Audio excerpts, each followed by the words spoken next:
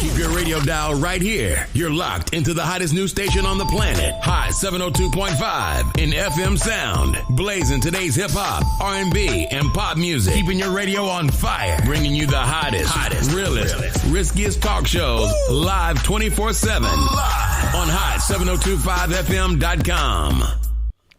What's up, Laugh Therapy, all my jokers in the house. Y'all already know it is your favorite host, Joe King, and welcome to Laugh Therapy where, welcome to Laugh Therapy where we are here to elevate your mood and your mental one laugh at a time. As I said, I am your host, Joe King, bringing you today's subject of unprogramming. Every week, we need it. Yes, we are diving into the wild world of unlearning societal conditioning and navigating adulthood while simultaneously trying to shake off all of the things that we've been taught to prioritize or believe. It's like trying to untangle headphones without losing your shit, you know? So we are here to help you find the humor in the chaos of unraveling. So y'all already know how we do. Grab your favorite beverage, kick back, and get ready to laugh your way through this process of reprogramming your mindset. I believe you can do it. We believe you can do it. And of course, in order to do it, I have my beautiful co-host with me. JD, a.k.a. Sunshine, as my mama likes to call me, Jessie. Yes, we in here. I'm really excited about this topic. You guys know I say I'm excited every week, but it's because I get to pick the topics. It's our show. Shit. I'm really excited about this topic. It kind of just came to me. About societal conditioning methods and how our generation in particular, as far as millennials, have been heavily influenced by societal programming, and it kind of just bled into Gen Z and the different ways that our generations are dealing with it. So I'm really excited to kind of dive into this and what some of these societal norms and methods to program us and shape our beliefs have been. What about you? Are you excited? No, I'm excited because just over these past few years, learning and unlearning things and learning what programming is. So I'm excited to get into it and see how I answer these questions because they're going to be interesting. I agree. I feel like whenever we get to speaking about spirituality, it makes me smile listening to the way that you speak, but it also makes me feel like I broke you in some kind of way. Because when we first met and I would bring up spiritual stuff, you were so... Everything was so new to you. Mm-hmm. Everything was so, and then what's that mean? And then what's that do? And what, oh, and then I could see you, your wheels turning when I would bring up certain things like chakras and stuff like that. And you kind of be like, yeah, nodding. And I'm like, she gonna Google that later. It's just kind of what I'm a learner, so I like to learn new things. Your eyes kind of get this look, and you'd be like, yeah, because we had just started dating. So y'all know you don't want to shit on yourself and be like, I don't know shit about what you're talking about. So she'd kind of be nodding like she knew what I was going through, but I could tell in her eyes and in her energy that she was going to Google that shit later because she didn't know what the fuck I was talking about. But she wanted to. Most of the time, I ask questions. Yeah, but she wanted to know what was going on, and I loved being, not necessarily her teacher because I was learning, stuff myself as well, but I loved bringing her into that world and us kind of learning some things together. So I'm really excited to dive into this realm of societal programming and the different ways that we are teaching each other to kind of unprogram ourselves or dissect situations by getting to know the us that we are before programming, if that makes sense. We'll get deeper into it so that you guys can kind of get a better understanding of what it is that I'm trying to say. But I'm really excited about some of these answers, guys.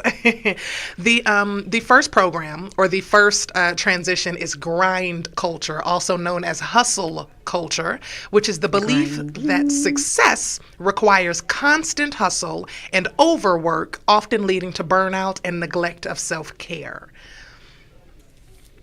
How do you feel about grind culture, and what are you doing to unlearn it or to navigate around it? I think it starts from how our parents and grandparents were raised, because most of the jobs were industrial back then, right? So you work hard, you get paid, you know what is what, when I'm getting paid, how much I'm getting paid to the cent. And you know that if I work this overtime, this is how much I'm going to get paid.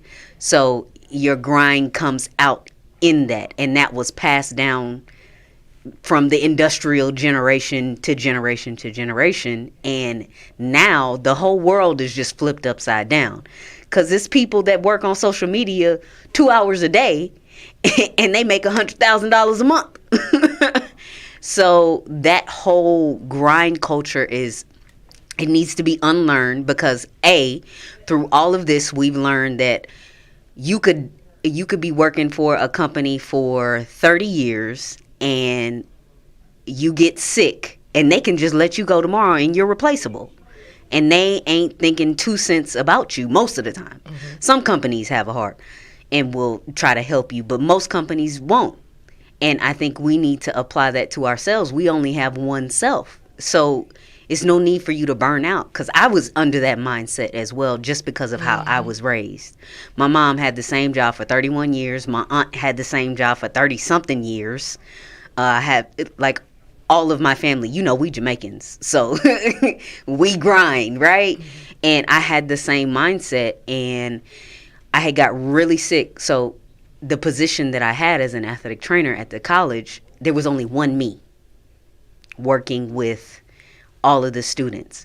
So when I was out, there was no one to replace the one me.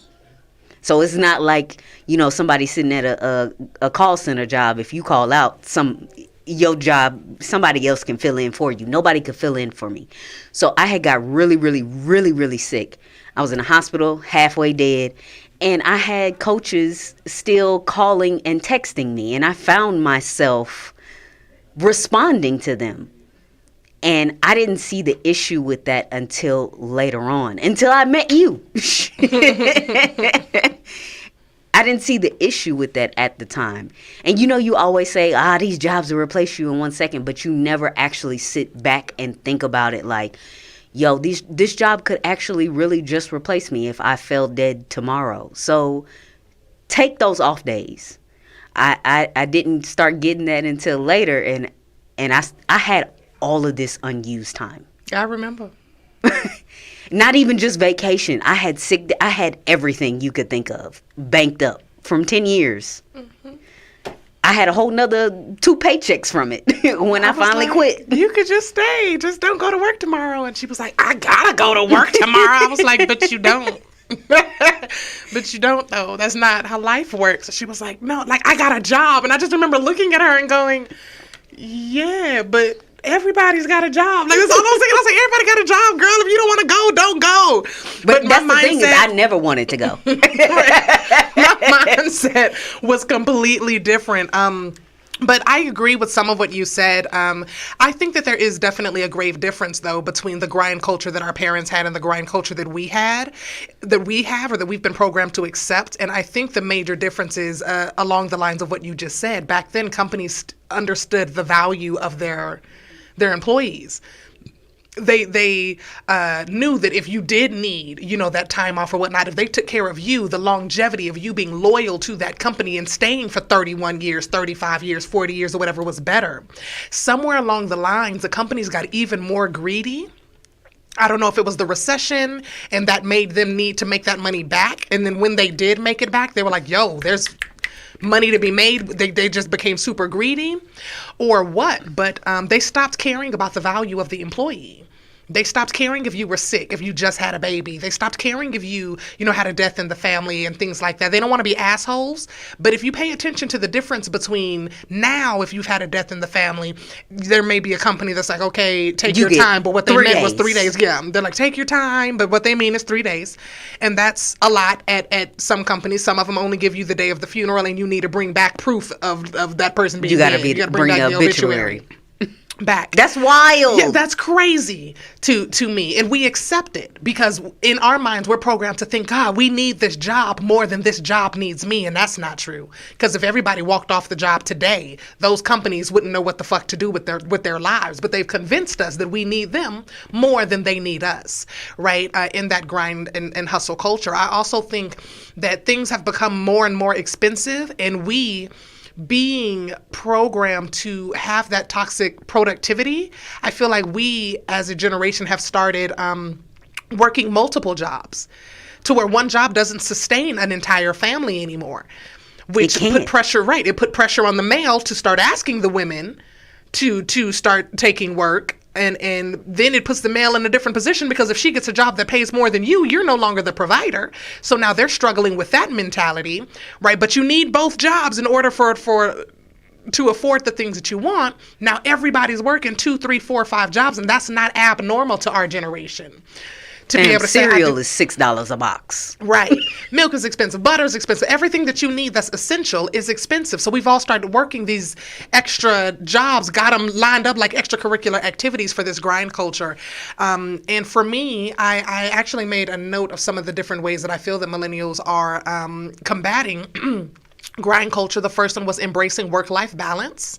We're starting to prioritize our well-being, since the companies aren't, and we're setting boundaries between work and personal life, such as turning our phones off when we're on vacation, asking for our days off several weeks in advance so that they know that we won't be there. That way, if they do deny us, they've had plenty of time to replace us, because we still will not fucking be there.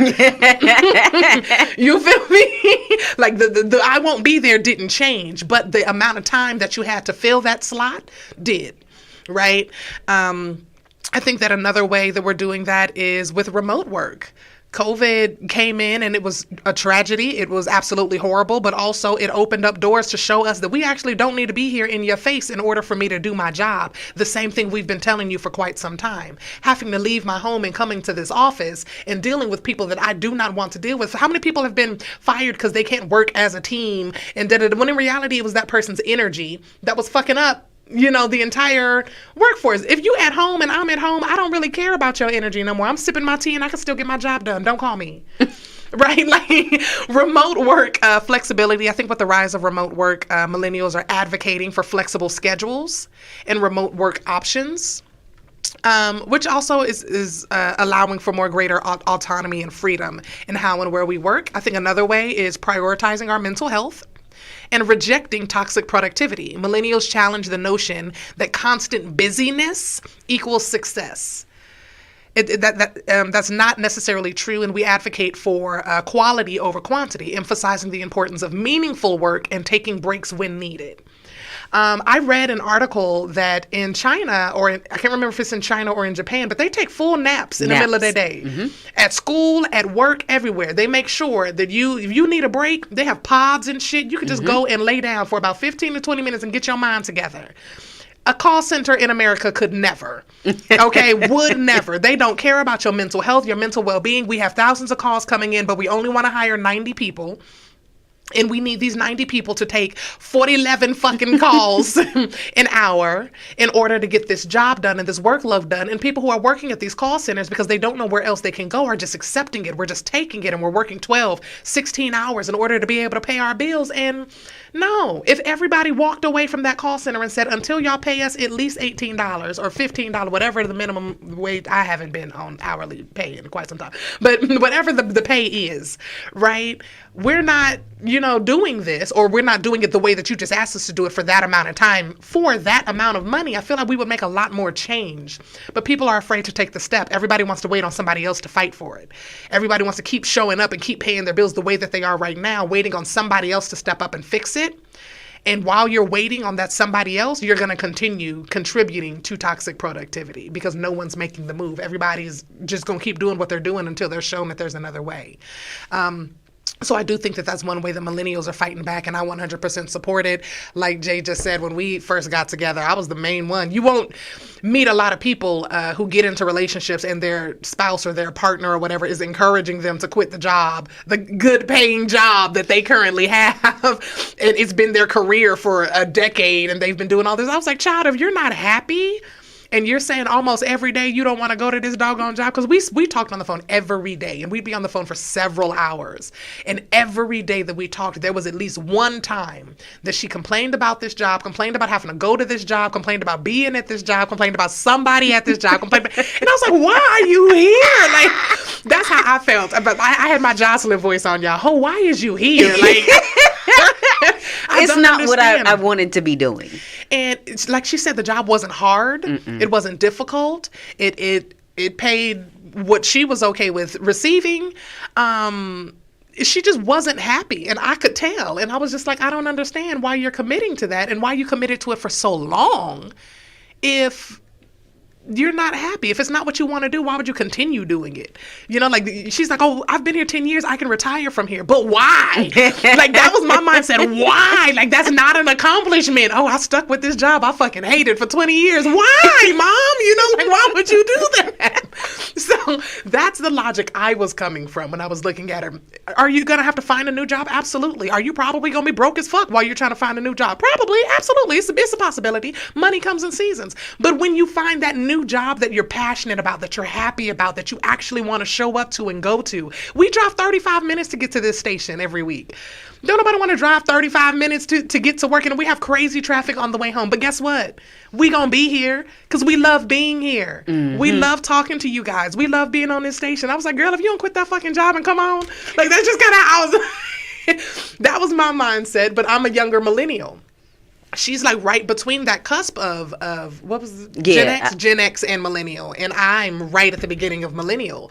So yeah, we had really different mindsets on jobs. I was like, bitch, you can get another job. It's gonna always be a job out here. They need us. And she had the mindset of, we need our job so that we can work and we can make money and we can afford things. And I was like, my job needs me because I'm brilliant. You feel me?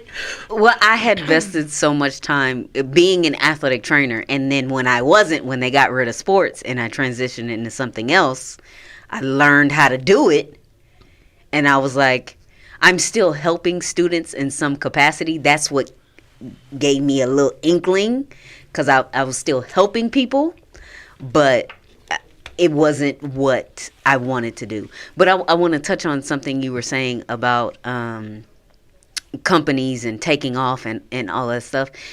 You heard the story, the one company that gave their employees unlimited vacation time? Which story? About the company that gave their employees unlimited vacation time, so they could take a vacation whenever they wanted. And I think they tried it out for like 6 months.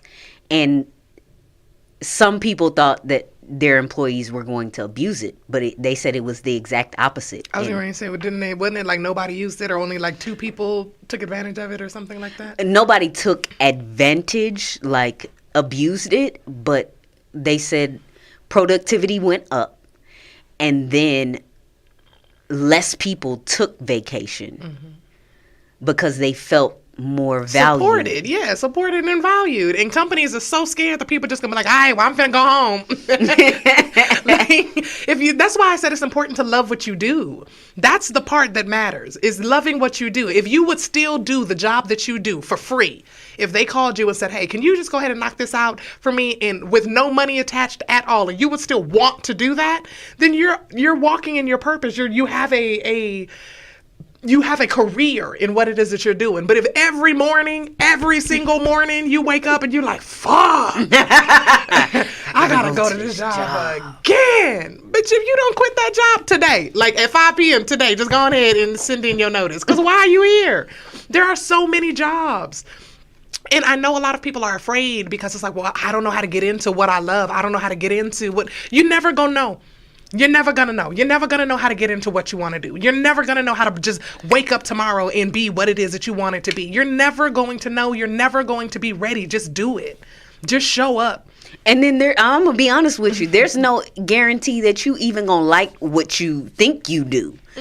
Because remember off of Girlfriends, old buddy thought he was going to love being a NASCAR pit driver.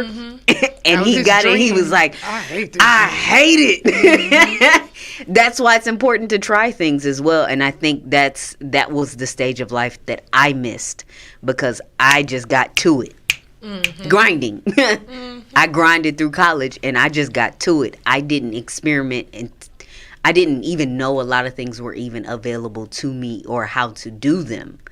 And I'm experimenting with a lot of different things and seeing what I do and don't like right now. Yeah, so try shit, y'all. I feel like I was just talking to my friend Essence yesterday about this. I told her I feel like, and I don't know if any of you guys subscribe to this thought or this way of thinking, but if we really are living in like a matrix, right? If we really are living in like a matrix and we can pull things into and push things out of our vortex, I told her yesterday when we were at the gym, I said, I feel like the key to the matrix or to the algorithm is never growing up. And it's weird. I said, because if you keep the mindset of a child, almost nothing bothers you. Almost nothing hinders you. You don't have a limited belief. Children don't have limited beliefs. We give them limits. We condition them and tell them what they can and cannot do. And they grow up with that belief that they can or cannot do it. Right? I said, if we kept that same mindset of children, we wouldn't get offended as easily. When our feelings are hurt, we would just express that our feelings are hurt. And then we'd be very resilient. We'd be able to move on. There would be nothing we would think that we couldn't do or that we couldn't accomplish. We would have the courage to do the things that we wanted. We would just want joy. We would think about other people and want other people to be happy as well. If we just go through life with those core, innate, humane principles of a child, we would already all be living our dream. Because nobody would have we would have never in our head told ourselves that we weren't worthy or that we couldn't do it as kids. There was nothing that told us as actual kids, I'm thinking maybe 8 years old and younger, there was nothing that anybody could have told us that we couldn't do or couldn't have that we weren't going to try to figure out how to get to. And we thought we were smarter than everybody too. Legacy in the ceiling fan. We thought we were smarter than our parents too. We thought we had it all figured out and had it all together. And what if we did? What if that level of belief really is the key to unlocking everything we want and everything we deserve in this matrix, right? So yeah, that was... I also think a lot of things are born out of survival as well. Because if you're in a situation where you have kids and don't have the support of others and you have to figure it out, you have to stay at that job. I don't think that's true either. Y'all gonna just be homeless? I don't think that's true either. I can't tell you how many times I quit a job, even while being a single mom, But you've always had support. No, that's not true. I have support now from my family. The whole reason that 2020 situation happened was because I had grown up thinking I didn't have support. I had people who were fans of me and loved my energy, but those fans and friends always chopped up the fact that, oh, you're so strong. Oh, you always got it together. Oh, you always this, because I was busting my ass to make sure of it, but they weren't offering help. Wasn't nobody offering a hand. Everybody just always commended the fact that I just continued to figure it the fuck out. You're so strong. I'm like, I'm drowning, dying, but that's wounded. Okay, that's what I mean. Bleeding the fuck out, and they were like, "You're so strong. Like you got to figure it out." Yes, but you don't have to keep that job. Was my point. You do not have to stay in a miserable place where you're undervalued, unwanted, where you feel disrespected because, oh my God, my children have to eat. They gonna eat. I don't know how, but they gonna eat. Fuck that. I couldn't. For me personally, I just couldn't stay in places like that. And I'm actually grateful that my personality is the way that it is because my kids got to see it. They still see it. They still see that, mommy might go through something, but don't play with her. Like she go, and if you ask my children, even when we're going through something, if you ask my children about anything, in their minds, I'm going to figure it out. There is no one can convince my children that I'm incapable of anything. Even when it comes to my siblings, I love my siblings so much, but even growing up, them watching me as a teenager, they were looking at me like, shit. How does she have it figured out? Like, damn, my sister really just be out here doing it. And that's just always been my personality. I'll figure it out, and I'll figure it out with or without you, but you're not going to play with me. You're not going to disrespect me. I can call something else in. There's another job out there. There's another man out there. There's another woman out there. There's another dog. I don't give a shit. I will get what it is I said I want, and I will have it, and my children will be fed, and there will be a roof over my head, and I will have a car because I'm not destined to be broke, dusty, or carless. And whether or not I know where that's coming from wasn't my concern. I just knew that I was supposed to have it and that it would come. And I guess that comes with faith. And that doesn't come from faith in a particular God or in a particular thing. That comes from faith in myself. Knowing me. Fuck you and this job. I'll have another one by tomorrow. And if I don't have another one by tomorrow, I have another one by tomorrow's tomorrow, bitch. I seen her get 4 jobs in 2 days. Yeah. Yeah, and I'm a great interviewer. That's why I pay people. Well, that's why people pay me to do their resumes or to do interview courses with them or to teach them how to draft a resume and how to interview. Baby, I was good at this. Y'all can still hire me today to help do your resumes and to do some interview prep with you for jobs that you're looking for because I'm good at it. I don't want them. I don't want those jobs. I like working for myself, but I know how to get you the job. And I've just learned how to utilize those types of strengths in order to make money outside of having to work for someone else. I can teach you how to work for someone else. It's not my ministry. I'm not made for it. But B said everything is figure outable. Everything.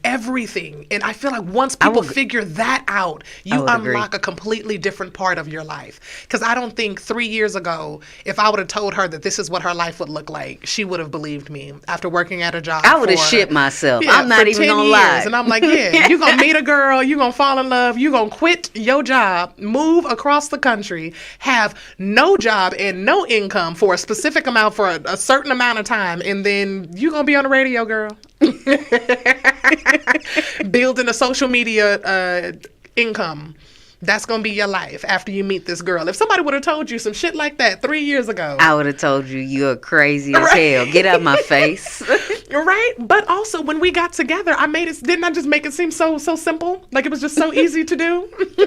I said it like it was so matter-of-factly, right? All you got to do is quit your job. Mm-hmm. And she was like, the job I just got a 10-year plaque for? Like I legit I just got it. Celebrated. Yeah. Yeah.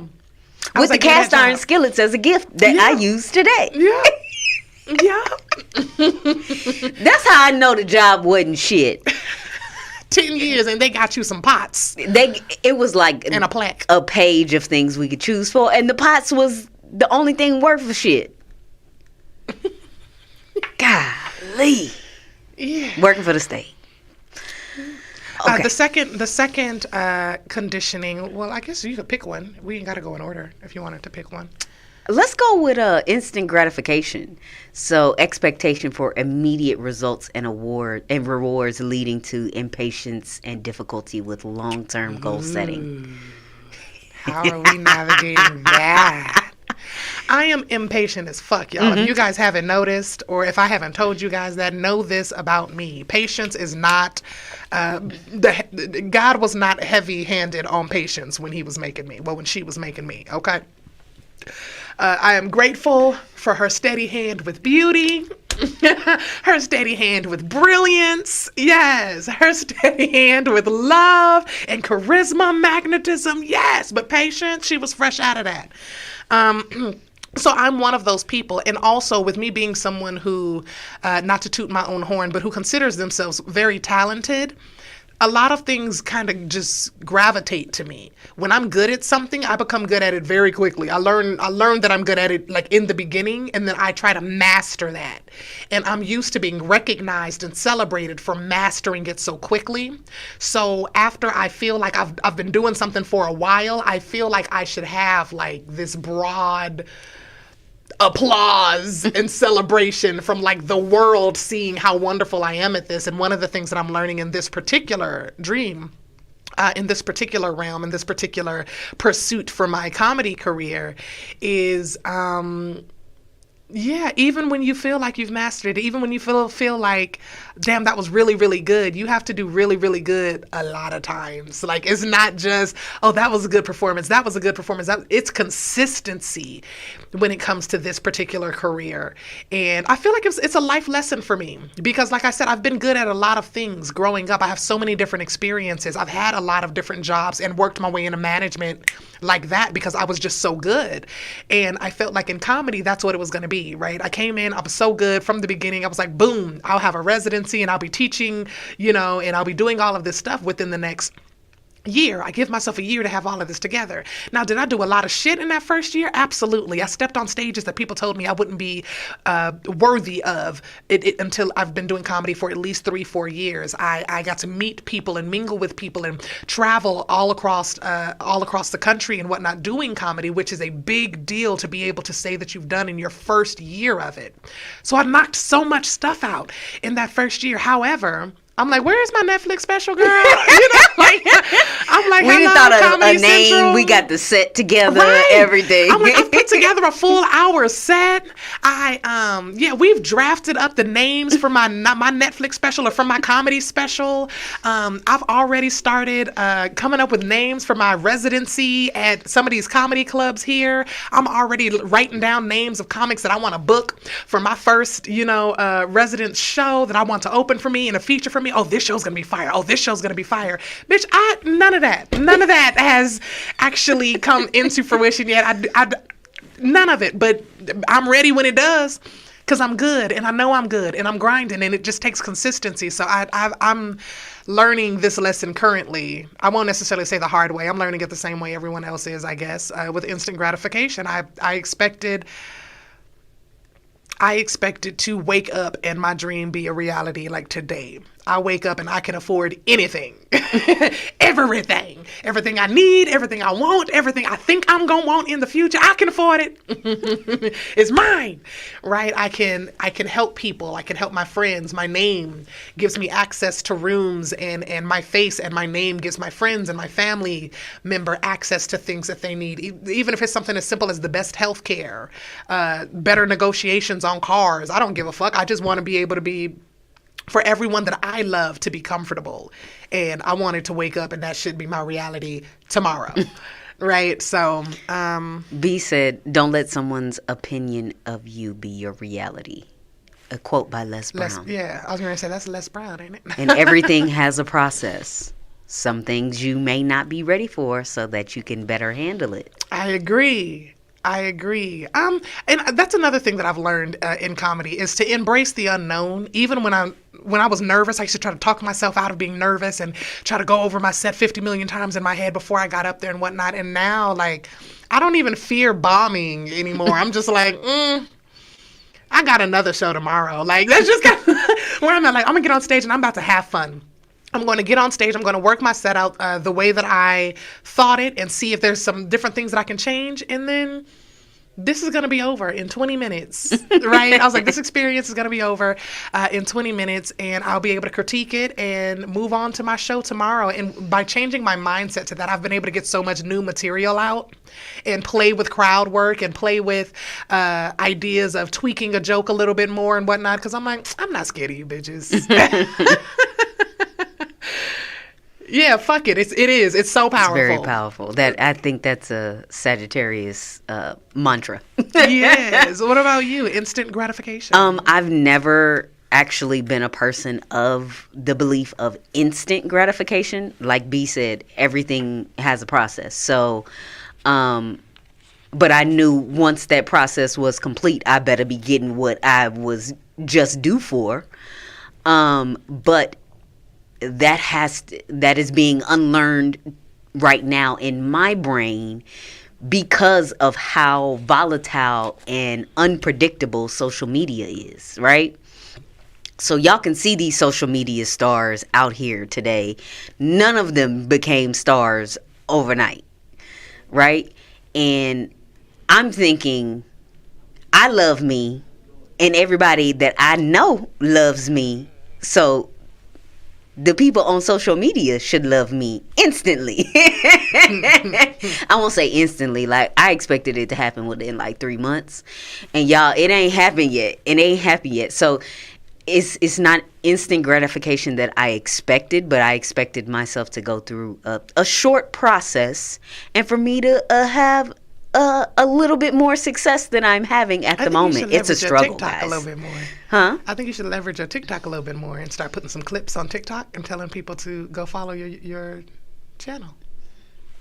Because you didn't have a large, I was like, you had like 356 followers or something when I met you on Damn, was you clocking my shit? Like, I had just gotten on. I had only been on for like 2 weeks. I wasn't shooting no shots. I'm just saying, when I went to first look at your video, I was like, this bitch got 300 followers. Like, how did you even come across my feed? Just got on TikTok. I was bougie, y'all. When she met me, I had just gotten on TikTok like 2 weeks. I don't think I was at where I'm at now. I was at like 400,000? It was a lot. I was at quite a few on TikTok when I first met her, and we started talking about LGBTQ and shit, and she came across, and I was like, oh, she's kind of cute, and clicked on her page. I was like, 356 follow. How'd she even get on my feed? And I was like, oh, she duetted one of my videos. That makes sense. I was on her feed. She wasn't on mine. Damn. And now look, from her feed to her bedroom. Look at you. The glow up was real. But yeah, I never been in the belief of instant gratification. I always know there was a process, but now I'm having to even unlearn that and trying to navigate the process of social media. Lord Jesus, that is one of the first things I told B. This shit got like 1 million followers. That is one of the first things I told B. Yeah. I remember when I first because my aspiration was to become a TikTok star. Really? But yeah. And then I was like, nah. When I met her, I thought she was like aligned with me, y'all. I thought she had the exact same dreams as I did. Outside of comedy, I knew I wanted to be an entertainer.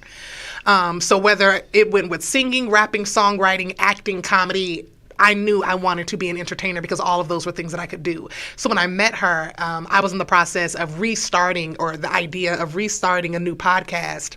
And she was like, oh, that would be so cool to do, a podcast. I was thinking about writing an audiobook or something. She was like, oh, that'd be so great to write an audiobook. She was so helpful with that. I was already banging on TikTok. I had all these ideas and stuff. She's like, oh, it'd be so great. Like, yeah, I've always wanted to do that. And it took her getting here at the radio station for her to decide, oh, this is actually what I want to do. I was like, girl, so instant gratification. I love this.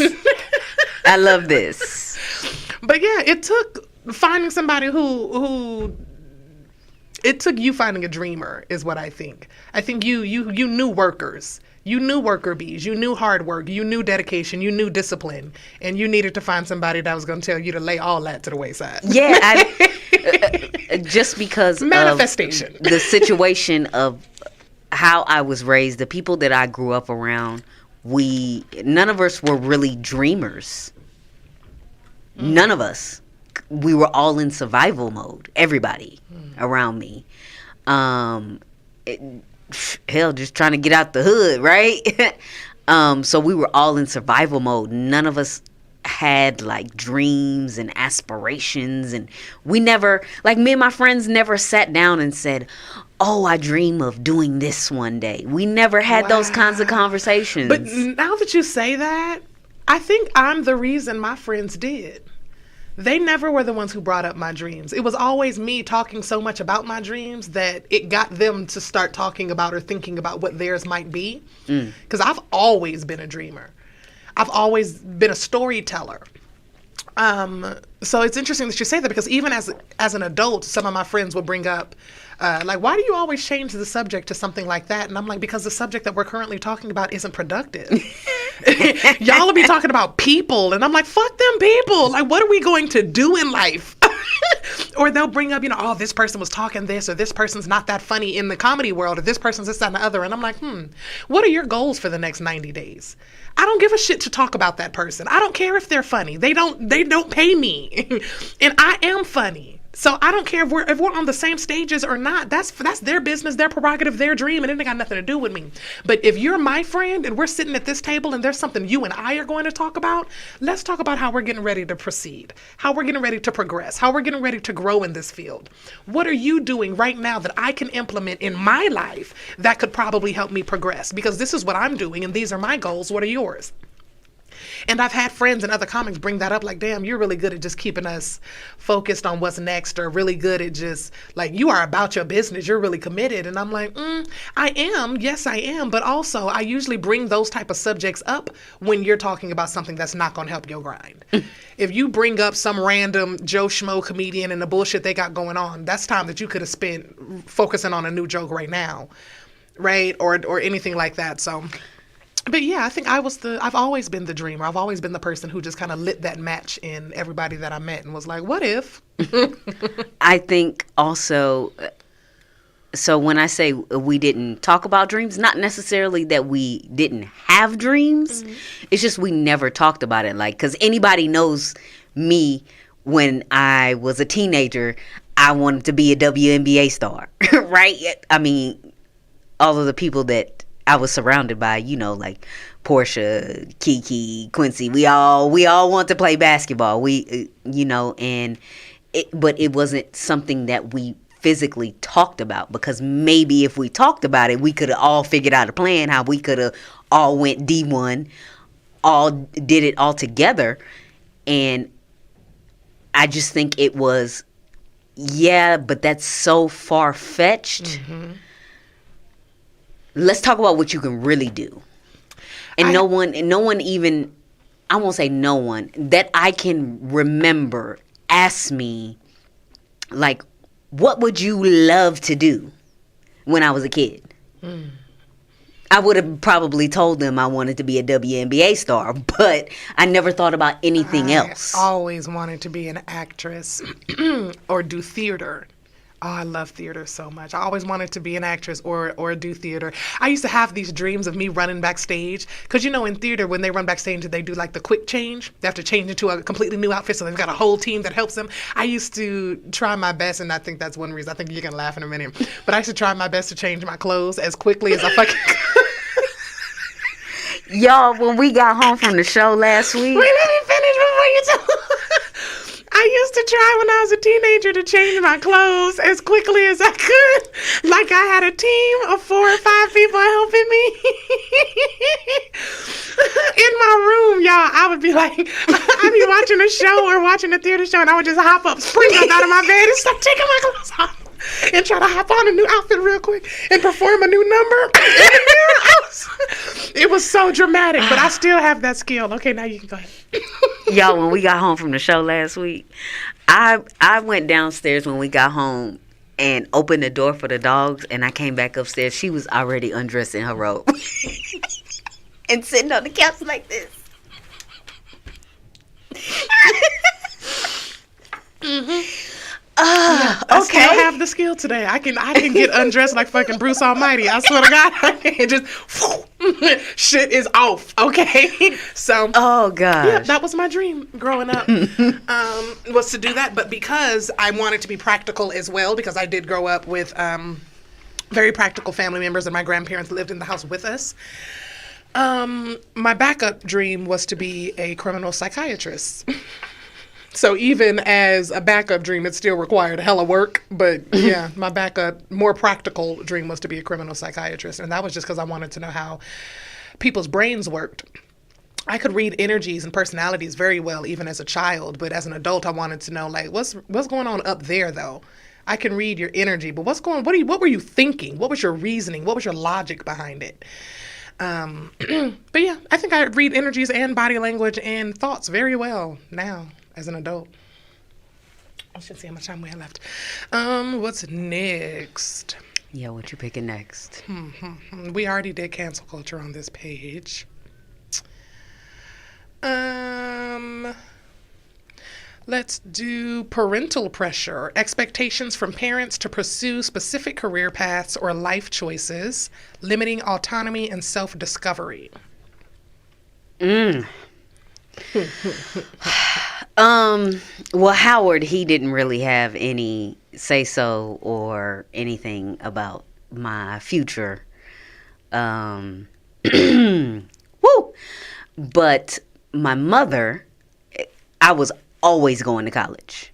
There was no ifs, ands, or buts about it. It was just where I was going. It wasn't even a question of when I was going. I was going to college. She had all my information and still does. Was college something your mom always wanted to do? She did it. My mom ended up, she got her associate's degree from where I worked at. So she got her associate's degree at San Jac. She was the valedictorian. Oh, yeah, it was a cool full circle moment when I got the job. But then she went back and actually got her bachelor's degree as well, from somewhere else.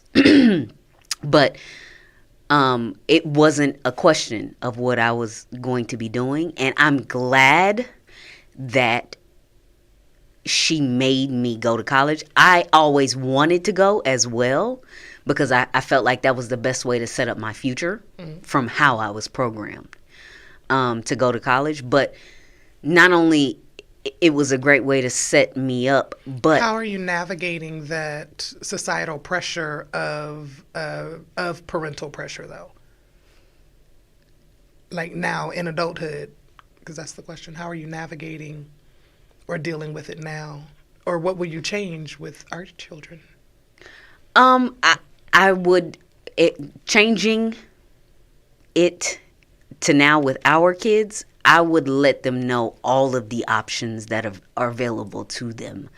I would still put, I'm not gonna lie, I would still put heavy pressure on them going to a college, because that's what I was trying to explain, is that college is such a great experience because you meet so many different people from so many different backgrounds. You learn independence. You learn a lot of things from actually going to college. So I would slightly pressure them on that part of it. But my difference is I would let them know that there are so many more options than just traditional college. Right? Because there was this time period where I thought about going to culinary school, but then I saw how much culinary school was, and that wasn't an option. It's like $50,000 a year, and this is back in 2004. So I can only imagine how much it costs now. But I didn't expand my mind to think about all of the different things that I could have done. Because if I could go back, I would probably intern at a radio station while I was in school, or go to school for media back then. So I would just let the kids know now that you have so many more options. What do you like? Do we need to figure out what you like? Let's try this. Let's try that. I changed my majors. I was doing broadcasting, media, and journalism, and then changed it to double majoring in psychology and sociology. Oh, child. I didn't graduate, though, y'all. I did my year and a half and was like, all right, thanks so much. I don't know. I feel like if my parents were applying pressure for me in the career realm of things, I completely missed it. I wasn't paying attention enough. I think that my personality, they always knew I was going to be something. They just didn't know how to help me be the something I wanted to be, because they were raised by parents who just did their jobs. My Gagi, from my understanding, had been retired for quite some time, and was living off of her retirement check and my Patu's veteran retirement check, and living with my parents. So I didn't know anything about working, like that from them. My mom worked her ass off while I was really young, and then once she married my father, she worked sometimes, like she worked sporadically. And then my stepdad has always just kind of been the grinder, from what I could remember, the person who always consistently had some type of job to keep us afloat. So I feel like growing up, I was just kind of like, we ain't homeless.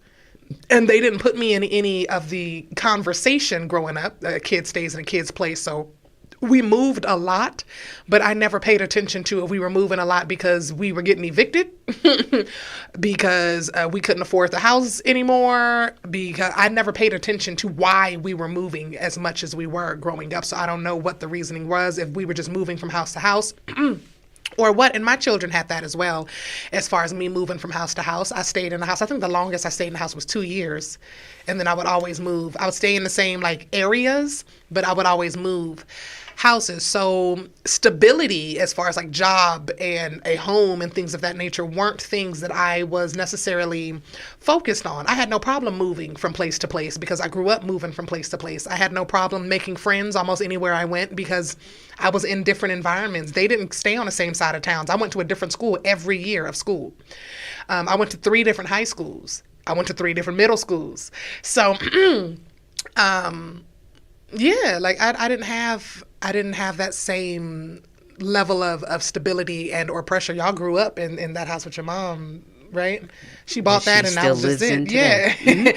I didn't have that. I didn't have neighborhood friends that I just chilled with and I didn't have that. I moved so much that I just learned to talk to people on the fucking phone. There's no reason for you to come to my house. I may not live here next month. It was just, it's how I was. As far as jobs went, like I said, they were all over the place. So I didn't feel like I was pressured. I just told them what I wanted to be, and they told me I could be it. That was it. They didn't know how to make me be it. They didn't know how to help me get aligned. Like, they didn't put me in any classes or align me with someone who had a job similar to what it is that I wanted or anything like that. They were just like, oh, yeah, you can be that. Figure out how to be that, and you can be that. If you want to be that, you will figure out how to be that. And that's kind of always been how I did things. So even as an adult now, that's how I do things. If I want to figure something out, if I want to do something, I'll figure out how to be able to do it. If I want to go somewhere, I'll figure out how to be able to go there. And I guess I'm one of those people who I'd rather ask for forgiveness than permission. If I want to go on a road trip today and I'm rent is due on Thursday, rent is going to get paid eventually, but I'm going on my road trip. I will figure it the fuck out because I'm going to pay me just as much as I pay everybody else. I feel like when we get paid, we instantly go to pay everything else. We got this bill, this bill, this bill, this bill, this bill. And that's why we're stressed. That's why we're all fucked up in the head. We're all just working to work. And it keeps us busy enough to not be able to focus on anything that brings us joy. We're just working and living. We're just working and dying, and we're not living. So I might have run into some real interesting scenarios in the past, but I lived. I want to know that when I do leave this earth, I lived. I did some things. I took the trip. I ate the ice cream. I went to the shooting range. I jumped out of the plane. I swam in the ocean. I did all kinds of just stuff that I wanted to do simply because I wanted to do it. So, and my family supports me with that. And I'm grateful to have a family that supports me in that, because they will admit that they don't know the answers. They don't have the answers. They don't know how to figure it out for me, but they know that I'll figure it out, and they'll just support me figuring it the fuck out. So as far as navigating it and how we can change it in our society, I will go back to what B said earlier. Fuck it. It's really powerful. If you have a parent who is really, really just, no, you need to do this and you need to do that, and their lives don't look how they wanted their lives to look, baby, you have to live this life, and only you have to live with the consequences of the actions that you make. So make your decisions for you, because what you do, it doesn't matter if it brings pride or shame to your doggone parents. It's your life, your decisions. So I employ fuck it is how I navigate it. Okay, the education system emphasis on grades, prioritizing academic performance over holistic learning, personal growth, and fostering anxiety and perfectionism. Ooh, as a mom of a child who's on the spectrum, I think that this agitates me a little bit, but I'm glad that I can have conversations with their teachers now and just tell them at the beginning of the year, like, this is going to trigger my son. This is going to cause my son to do this. And we do better with making sure he gets the amount of sleep that he's supposed to have, because it's a bad day for everybody if Legend does not get sleep. Mm-hmm. But outside of that, he's just 7. So treat him like he's fucking 7. And he needs explanation. He's not one of those kids that's just going to do it because he's a kid. Do what I say because I say so as an adult is not going to work with my 7-year-old. That's not how that's not how he's raised, but also that's not how his brain works. He needs to know why.